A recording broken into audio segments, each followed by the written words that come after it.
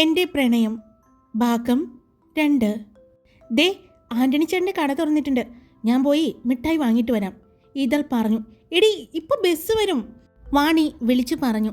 കുഴപ്പമില്ല, അനീഷനല്ലേ driver, wait ചെയ്തോളും എന്ന് പറഞ്ഞ് അവൾ വേഗം അപ്പുറത്തെ ചെറിയൊരു കടയിലേക്ക് പോയി. എന്തു പറ്റി? രാവിലെ സാധാരണ മിഠായിക്ക് രാവിലെ വരാറില്ലല്ലോ, വൈകിട്ടല്ലേ വരാറ്? ആൻ്റണി ചേട്ടൻ അവളെ കണ്ടതും ചോദിച്ചു.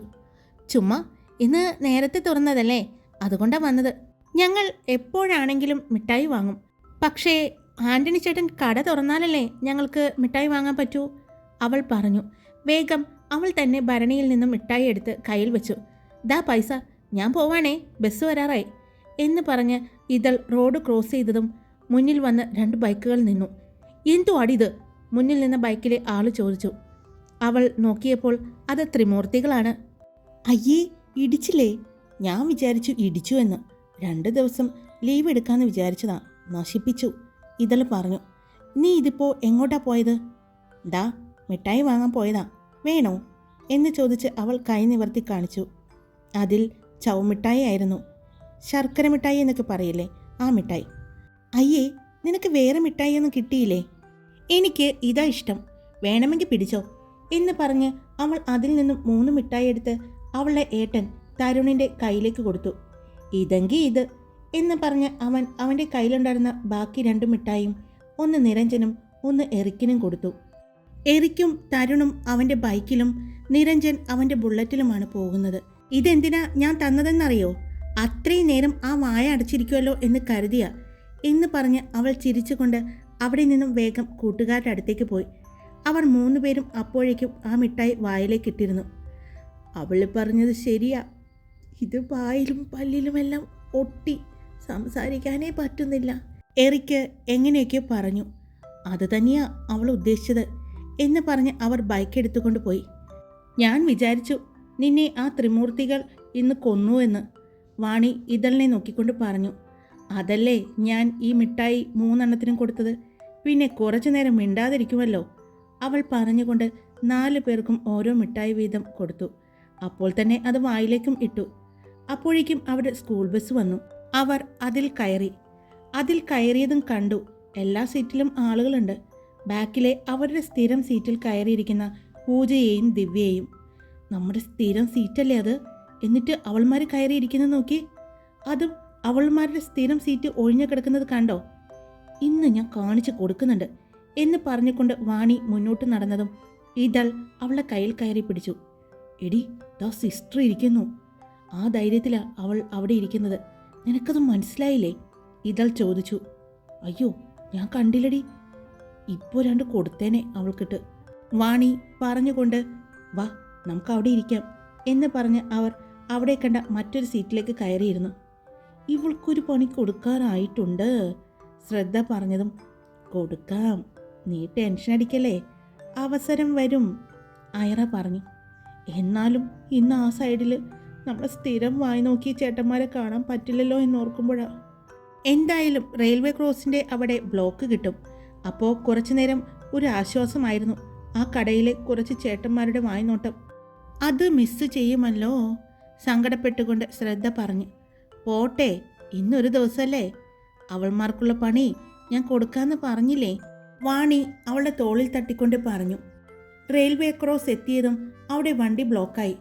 അയ്യോ, എൻ്റെ കോഴിച്ചേട്ടന്മാരെ, അവർ നോക്കുമല്ലോ, ശ്രദ്ധ പറഞ്ഞു. നീ ഒന്നും മിണ്ടാതിരുന്നേ. അപ്പോഴാണ് ശ്രദ്ധ, നിനക്ക് ആരെയെങ്കിലും വായി നോക്കിയാൽ മതിയെങ്കിൽ ഇങ്ങോട്ട് നോക്ക് എന്ന് പറഞ്ഞ് ഇതൾ ശ്രദ്ധയെ വിളിക്കുന്നത്. ശ്രദ്ധ വേഗം തന്നെ ഇതൾ പറഞ്ഞ ഭാഗത്തേക്ക് നോക്കിയപ്പോൾ അവിടെ അവളുടെ ഏട്ടനും എറിക്കും പിന്നെ നിരഞ്ജൻ്റെയും വണ്ടി നിൽക്കുന്നത് കണ്ടത്. അയ്യോ, ശ്രദ്ധയുടെ വായിൽ നിന്നും ആ ശബ്ദം വന്നതും എല്ലാവരും അവളെ നോക്കി. എന്താ പറ്റിയേ? സിസ്റ്റർ ചോദിച്ചു. അത് പിന്നെ സിസ്റ്ററെ, ഞാൻ വെള്ളം എടുക്കാൻ മറന്നു, അമ്മ വെള്ളം ബോട്ടിൽ അത് വീട്ടിൽ വെച്ചു, അവൾ പറഞ്ഞു. അതിനാണോ? സ്കൂളിൽ വെള്ളമുണ്ടല്ലോ, അല്ലെങ്കിൽ കൂട്ടുകാരുടെ അടുത്ത് നിന്ന് വാങ്ങ്, സിസ്റ്റർ പറഞ്ഞു. ആ അതെ. അപ്പോഴാണ് അവിടേക്ക് നോക്കി നിൽക്കുന്ന എറിക്കിനെ കാണുന്നത്. കൈ അകത്തിടടി, എറിക്ക് വണ്ടി അടുത്ത് കൊണ്ടുവന്ന് നിർത്തിക്കൊണ്ട് പറഞ്ഞു. ഓ, ഇട്ടോളാം എന്ന് പറഞ്ഞ് ശ്രദ്ധ കൈ അകത്തേക്കിട്ടു.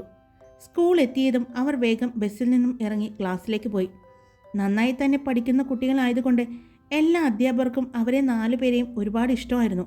പിന്നെ അവിടുത്തെ ടീച്ചറിൻ്റെയും സാറിൻ്റെയും മകളാണ് ഇതൾ എന്ന് അറിയാവുന്നത് കൊണ്ട് ഒരു പ്രത്യേക ഇഷ്ടക്കൂടുതലുമുണ്ട്. പക്ഷേ ഈ 4 പേരും സ്കൂളിൽ എല്ലാ പരിപാടികൾക്കും പങ്കെടുക്കും, ഒന്നും വിട്ടുകളയില്ല. അതുപോലെ തന്നെ സ്പോർട്സ് കാര്യങ്ങൾ എല്ലാത്തിനും പങ്കെടുക്കുമായിരുന്നു.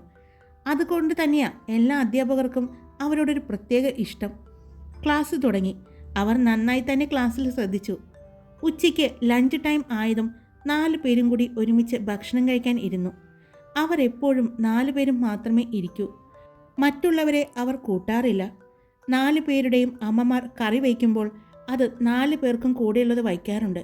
പിന്നെ കറിയുടെ കുറ്റം, ഉപ്പില്ല, മുളകില്ല, അമ്മമാരുടെ കുറ്റം പറഞ്ഞ് അവർ ഭക്ഷണം കഴിച്ചു. വേഗം ഭക്ഷണം കഴിച്ച് എന്നിട്ട് ക്യാൻറ്റീനിലേക്ക് പോകും. അവിടെ പാലിൻ്റെ സിപ്പപ്പുണ്ട്. അതും വാങ്ങി സ്കൂളിൻ്റെ നടുക്കായി തന്നെയുള്ള വാഗമരച്ചോട്ടിൽ വന്നിരിക്കും. ഗേൾസ് സ്കൂൾ ആയതുകൊണ്ട് എല്ലാവർക്കും ഭയങ്കര വിഷമമാണ്. അമ്മമാരുടെ നിർബന്ധം കൊണ്ടാണ് അവിടെ ആക്കിയത്. അവർ അവിടെ ഇരിക്കുമ്പോഴാണ് അക്ഷിതയും പൂജയും ദിവ്യയും അങ്ങോട്ട് വന്നത്. വന്നല്ലോ, ഇവൾമാർ പണി മേടിച്ചിട്ടേ പോകൂ. രാവിലെ നമ്മുടെ സീറ്റിൽ കയറി ഇരുന്നപ്പോഴേ ഞാൻ ഓങ്ങി വച്ചതാ. ശ്രദ്ധ പറഞ്ഞു. നീ മിണ്ടാതിരിക്കേ, നോക്കാം നമുക്ക് എന്താ പറയുന്നതെന്ന്. ഇതൾ അവളെ ആശ്വസിപ്പിച്ചു.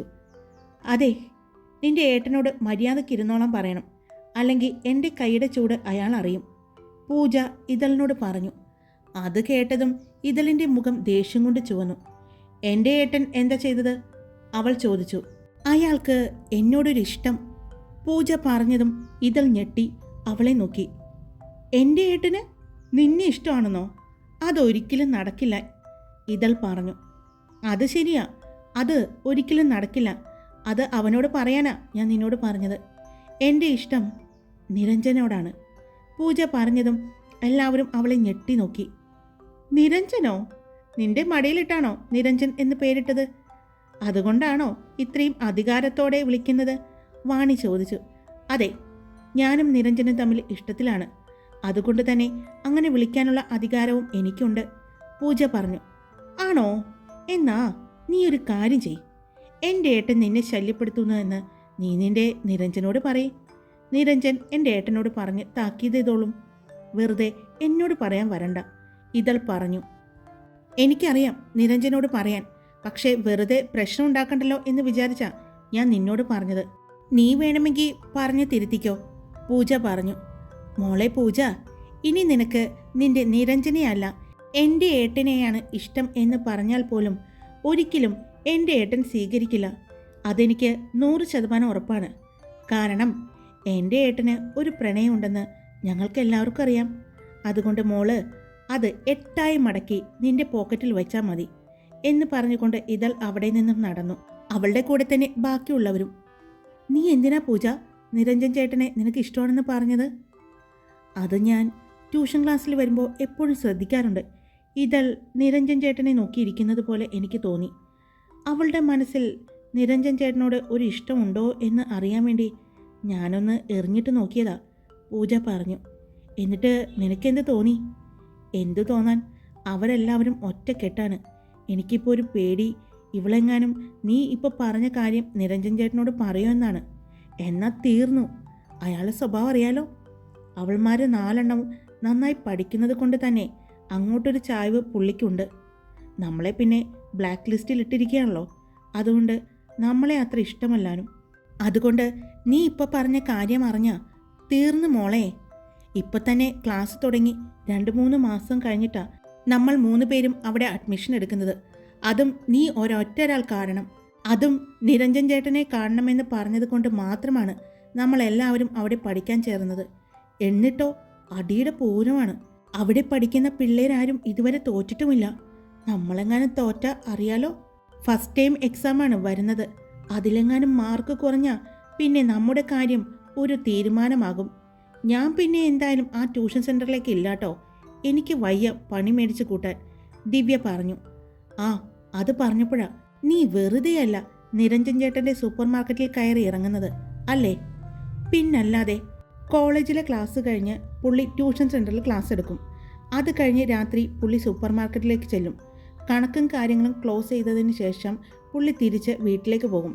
അപ്പോൾ കാണാൻ വേണ്ടിയാ ഞാൻ രാത്രി പോകുന്നത്, പൂജ പറഞ്ഞു. അല്ല, നീ ശരിക്കും നിരഞ്ജനെ ഇഷ്ടപ്പെടുന്നുണ്ടോ, അല്ലെങ്കിൽ ഇവളെല്ലാം പറ്റിക്കാൻ വേണ്ടിയാണോ? ദിവ്യ ചോദിച്ചു. ഇല്ലടി, എനിക്കിഷ്ടമാണ്, ഒരുപാട് ഇഷ്ടമാണ്. ഞാൻ ശരിക്കും ആഗ്രഹിക്കുന്നുണ്ട് നിരഞ്ജൻ്റെ പെണ്ണാണ് എന്ന് പറയാൻ. അതൊരു അഭിമാനം തന്നെയാണ്. അതെ, അത് അഭിമാനമാണ്. അത് പക്ഷേ നിരഞ്ജൻ്റെ പെണ്ണിന്. നിനക്കറിയാലോ, നിരഞ്ജൻ പഠിക്കുന്നത് മിക്സ്ഡ് കോളേജിലാണ്. ഒരുപാട് സുന്ദരിമണികൾ ആ കോളേജിലുണ്ട്. അവരിൽ ആരെങ്കിലും നിരഞ്ജനെ പ്രപ്പോസ് ചെയ്തിട്ടുണ്ടെങ്കിൽ, നിരഞ്ജൻ അവരോട് ആരോടെങ്കിലും ഇഷ്ടമുണ്ടെങ്കിൽ ഒരിക്കലും നീ അത് ചിന്തിക്കുകയേ വേണ്ട. നിരഞ്ജൻ കുട്ടിക്കളി കാണിച്ച് നടക്കാറില്ല, സീരിയസ് ആണ്. അതുകൊണ്ട് തന്നെ പ്രണയം ആരോടെങ്കിലും തോന്നിയിട്ടുണ്ടെങ്കിൽ അത് ഒരു പെണ്ണിനോട് മാത്രമേ ഉണ്ടാകൂ. അതുകൊണ്ട് വേഗം നീ നിന്റെ ഇഷ്ടം പറഞ്ഞോ. മറ്റാർക്കും പുള്ളി മനസ്സ് കൊടുക്കുന്നതിന് മുമ്പ് ദിവ്യയും അക്ഷിതയും പൂജയെ പ്രോത്സാഹിപ്പിച്ചു. ശരിയാ നീ പറഞ്ഞത്, ആര് കണ്ടാലും നോക്കി നിന്നു പോകും നിരഞ്ജനെ. എന്ത് ഭംഗിയാണല്ലേ കാണാൻ. അപ്പോൾ പിന്നെ നീ പറഞ്ഞതുപോലെ കോളേജിലെ ഏതെങ്കിലും പെൺപിള്ളേർ കയറി കൊത്തുന്നതിന് മുമ്പ് ഞാൻ ബുക്ക് എന്ന് പറഞ്ഞ് എഴുതുന്നതായിരിക്കും നല്ലത് അല്ലേ? പൂജ ചോദിച്ചു. അതെ, അതുതന്നെയാണ് നല്ലത്. അതുകൊണ്ട് വേഗം പറഞ്ഞോ. പറയാം. ഓണം സെലിബ്രേഷനല്ലേ വരുന്നത്. ഇവിടത്തെ പോലെ തന്നെ ട്യൂഷൻ സെൻറ്ററിലും ഓണം സെലിബ്രേഷൻ നടത്തുന്നുണ്ടെന്ന് അറിഞ്ഞത്. അപ്പോൾ അന്ന് പറയാം. അന്ന് ഉറപ്പായിട്ടും നിരഞ്ജൻ ഉണ്ടാകും, പൂജ പറഞ്ഞു. അത് നല്ലൊരു കാര്യമാണ്. ദിവ്യയും അക്ഷിതയും അവളെ പ്രോത്സാഹിപ്പിച്ചു. എടി, അവൾ പറഞ്ഞത് ശരിയായിരിക്കുമോ?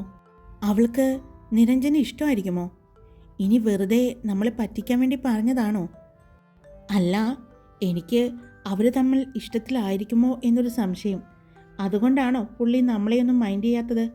വാണി ചോദിച്ചു. ഒരു കാര്യം ചെയ്യും, ഇന്ന് വൈകിട്ട് ട്യൂഷൻ സെൻറ്ററിൽ പോകുമ്പോൾ നമുക്ക് പുള്ളിയോട് നേരിട്ട് ചോദിക്കാം. എന്ത് പറയുന്നു? ശ്രദ്ധ ചോദിച്ചു. നന്നായി, നീ തന്നെ ചോദിച്ച് നീ തന്നെ വാങ്ങാനുള്ളത് വാങ്ങി വെച്ചോ. ഒന്നിനും ഞങ്ങളെ വിളിക്കണ്ടാട്ടോ, ഐറ പറഞ്ഞു. എന്നാൽ ഇതേ സമയം ഇതളിൻ്റെ മനസ്സ് ആകെ അസ്വസ്ഥമായിരുന്നു. അവളുടെ മനസ്സിൽ പൂജ പറഞ്ഞ കാര്യങ്ങൾ മാത്രമായിരുന്നു.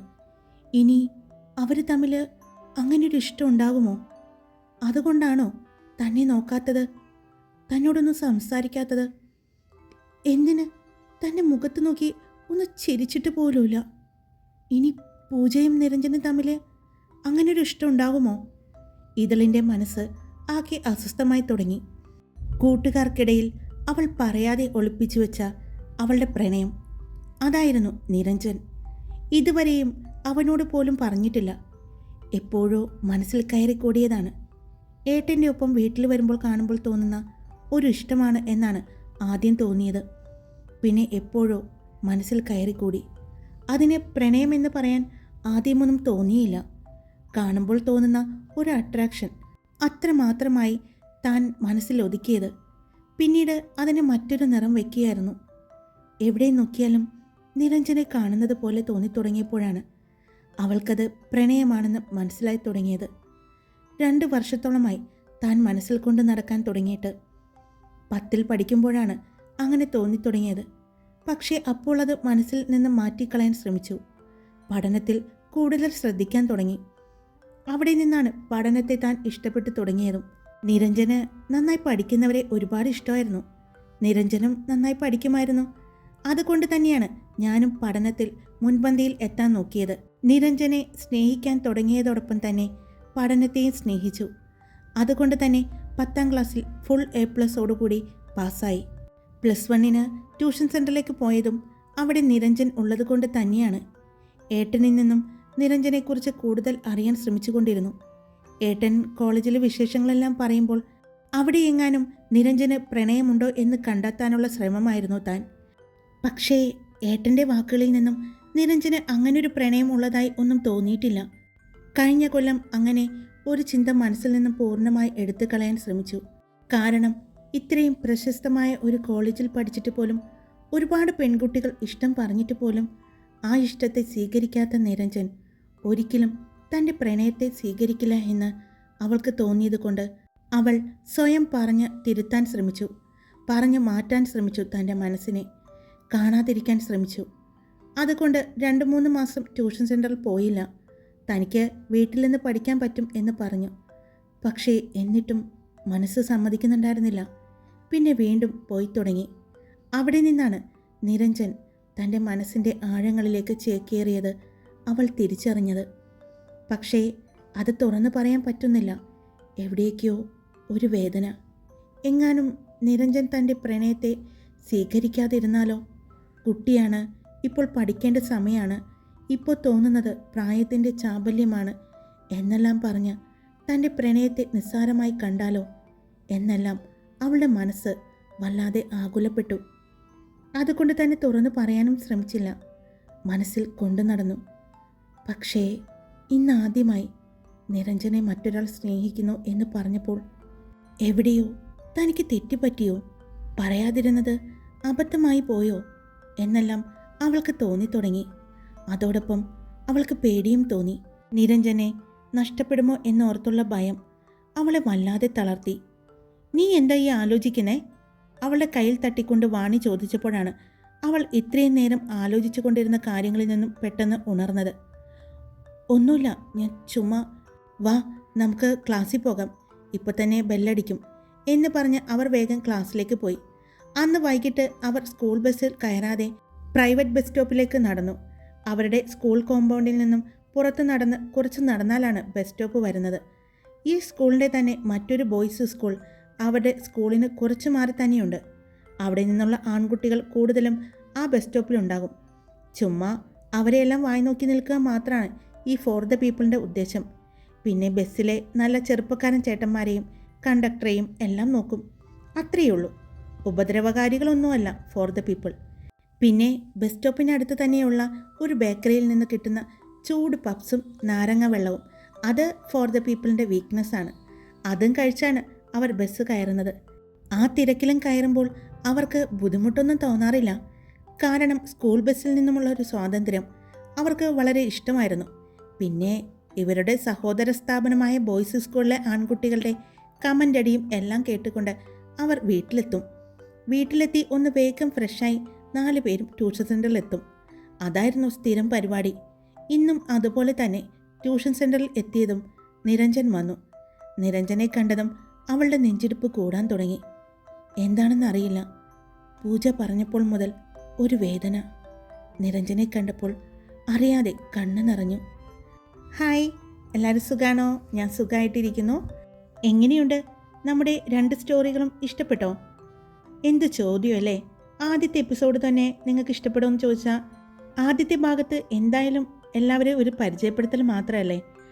പതിയെ പോകുമ്പോൾ ഞാൻ എന്താ ഉദ്ദേശിക്കുന്നതെന്ന് നിങ്ങൾക്ക് മനസ്സിലാവും, അതുറപ്പ്. ഇത്രയും നാളും വന്ന എല്ലാ കഥകളിൽ നിന്നും വ്യത്യസ്തമായി ഒരു സ്കൂൾ സംഭവം നമ്മുടെ എല്ലാവരുടെയും ലൈഫിൽ കടന്നുപോയ കാര്യങ്ങളാണ്. ഇതിൽ പലവരും ഈ ഭാഗങ്ങളിലൂടെയെല്ലാം കടന്നു പോയിട്ടുണ്ടാവും എന്നെനിക്ക് തോന്നുന്നു. അപ്പോൾ നിങ്ങളുടെ അഭിപ്രായങ്ങൾ, നിങ്ങളുടെ ഓർമ്മകൾ എല്ലാം കമൻറ്റ് ചെയ്തോളൂ. നമുക്കും തിരിഞ്ഞു നോക്കാം നമ്മുടെ ആ ഒരു കൗമാരകാലം അല്ലേ. അപ്പോൾ അഭിപ്രായങ്ങൾ പറയുക, ലൈക്ക് ചെയ്യുക, കമൻറ്റ് ചെയ്യുക, സബ്സ്ക്രൈബ് ചെയ്യാതെ കേൾക്കുന്നുണ്ടെങ്കിൽ സബ്സ്ക്രൈബ് ചെയ്ത് സപ്പോർട്ട് ചെയ്യുക. Love you all. It's me Karthika.